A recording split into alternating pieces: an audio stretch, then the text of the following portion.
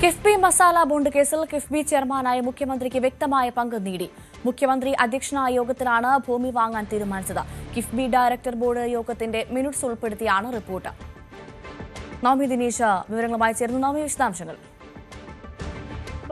ഇന്നലെയായിരുന്നു മുഖ്യമന്ത്രിക്ക് E D notice നൽകിയെന്ന വാർത്ത പുറത്തു വന്നത്. ഈ ഫെമ നിയമ മസാല ബോണ്ട് വാങ്ങുന്നതിൽ ഫെമ നിയമ ലംഘനം കണ്ടെത്തിയെന്നായിരുന്നു ഇ ഡി നൽകിയ നോട്ടീസിൽ പറയുന്നത്. ഈ കിഫ്ബി മസാല ബോണ്ട് ഇടപാടിൽ 466.91 കോടി രൂപ ചട്ടവിരുദ്ധമായി ചിലവഴിച്ചു എന്നാണ് ഇ ഡി വ്യക്തമാക്കുന്നത്. ഇതിൽ കിഫ്ബിയുടെ കീഴിൽ 2672 കോടി രൂപയാണ് സമാഹരിച്ചത്. ഇത് ഭൂമി വാങ്ങാൻ വിനിയോഗിച്ചു എന്നാണ് ഇ ഡിയുടെ കണ്ടെത്തൽ. ഈ ഭൂമി വാങ്ങാൻ വിനിയോഗിച്ചു എന്ന് പറയുമ്പോൾ അത് ഫെമ ചട്ടലംഘനമാണെന്നാണ് ഇ ഡിയുടെ കണ്ടെത്തൽ. എന്നാൽ ഇന്നലെ തോമസ് ഐസക് ഉൾപ്പെടെ വിശദീകരിച്ചത് ഭൂമി ഏറ്റെടുക്കലാണ്, ഭൂമി വാങ്ങിയിട്ടില്ല എന്നുള്ളൊരു വിശദീകരണമാണ് തോമസ് ഐസക്കിന്റേത്. പക്ഷേ ഇ ഡിയുടെ റിപ്പോർട്ടിലെ ചില പ്രത്യേക പരാമർശങ്ങളാണ് എടുത്തു പറയേണ്ടത്. അതിൽ പറയുന്നതിൽ പ്രധാനപ്പെട്ട കാര്യം കിഫ്ബി ചെയർമാനായ മുഖ്യമന്ത്രിക്ക് വ്യക്തമായ പങ്ക് തന്നെയാണ് ഇതിൽ ഉള്ളത്. ഈ ഭൂമി വാങ്ങുന്നതിൽ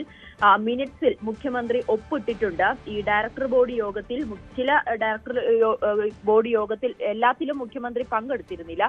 പക്ഷേ ഈ ഭൂമി വാങ്ങുന്നതിന് വേണ്ടിയിട്ടുള്ള അന്നത്തെ ആ യോഗത്തിൽ അത് മുഖ്യമന്ത്രിയും പങ്കെടുത്തിരുന്നു. മുഖ്യമന്ത്രിയുടെ നിർദ്ദേശം ഉണ്ടായിരുന്നു ഈ ഭൂമി വാങ്ങുന്നതിന്. അതിനു വേണ്ടിയിട്ടുള്ള മിനിറ്റ്സിൽ മുഖ്യമന്ത്രി ഒപ്പിടുകയും ചെയ്തു എന്നാണ് ഇപ്പോൾ അതാണ് മുഖ്യമന്ത്രിക്ക് ഇത്തരത്തിൽ വ്യക്തമായ പങ്ക് എന്ന് പറയുമ്പോൾ മുഖ്യമന്ത്രിയെ നേരിട്ട് ലക്ഷ്യം വെച്ചിട്ടുള്ള നോട്ടീസാണ് ഇന്നലെ അയച്ചത് എന്ന കാര്യത്തിൽ സംശയമില്ല.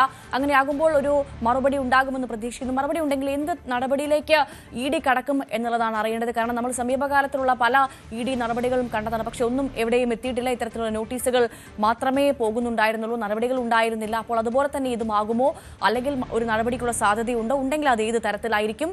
ഒപ്പം CPM ഇതേ തരത്തിൽ പ്രതിരോധിക്കും. ഇന്നലെ തന്നെ നമ്മൾ കേട്ടതാണ് MP ഗോവിന്ദന്റെ ഒക്കെ പ്രതികരണം. എന്തേ ഇത് വരാഞ്ഞത് എന്ന് നോക്കിയിരിക്കുകയായിരുന്നു ഞങ്ങളെന്നാണ് ഇന്നലെ CPM സംസ്ഥാന സെക്രട്ടറി അടക്കം പറഞ്ഞത്. ഭവ്യ, ഇതിൽ മുഖ്യമന്ത്രി അതോടൊപ്പം തന്നെ വൈസ് ചെയർമാനും മുൻ ധനമന്ത്രിയുമായ TM തോമസ് ഐസക്, CEO ആയിട്ടുള്ള KM എബ്രഹാം എന്നിവർക്കാണ് ഇ ഡി നോട്ടീസ് അയച്ചിട്ടുള്ളത്. ഇത് അന്വേഷണത്തിന്റെ ഈ ഘട്ടത്തിൽ ആരും തന്നെ നേരിട്ട് ഹാജരാകേണ്ടതില്ല എന്നുള്ളതാണ് ഏറ്റവും പ്രധാനപ്പെട്ട കാര്യം. പക്ഷേ ഇത് മറുപടി നൽകണം. പ്രതിനിധി വഴിയോ അഭിഭാഷകൻ വഴിയോ വിശദീകരണം നൽകാനുള്ള അവസരമുണ്ട്. കുറ്റക്കാരനാണെന്ന് കണ്ടെത്തിയാൽ ഗൗരവമനുസരിച്ച് 5% മുതൽ 3 ഇരട്ടി വരെ പിഴ ചുമത്താനുള്ള സാഹചര്യമാണ് നിലവിലുള്ളത്. ഈ മാസം 12-നായിരുന്നു നോട്ടീസ് തയ്യാറായിട്ടുള്ളത്. എന്തായാലും 28-ന് തന്നെ തിരുവനന്തപുരത്തെ കിഫ്ബി ഓഫീസിലേക്ക് ഈ നോട്ടീസ് കൈമാറുന്ന സാഹചര്യവും കൂടി ഉണ്ടായിരുന്നു. എന്തായാലും ഇതിനെ പ്രതിരോധിക്കാൻ തന്നെയാണ് ഇന്നലെ തന്നെ തോമസ് ഐസക് നൽകിയ വിശദീകരണം. തിരഞ്ഞെടുപ്പ് മുന്നിൽ കണ്ടുകൊണ്ടുള്ള ഇ ഡിയുടെ ഒരു നീക്കമാണ് ഇത്തരത്തിൽ ഇപ്പോഴുള്ള ഈ നോട്ടീസിന്റെ പിന്നിലുള്ള ലക്ഷ്യം.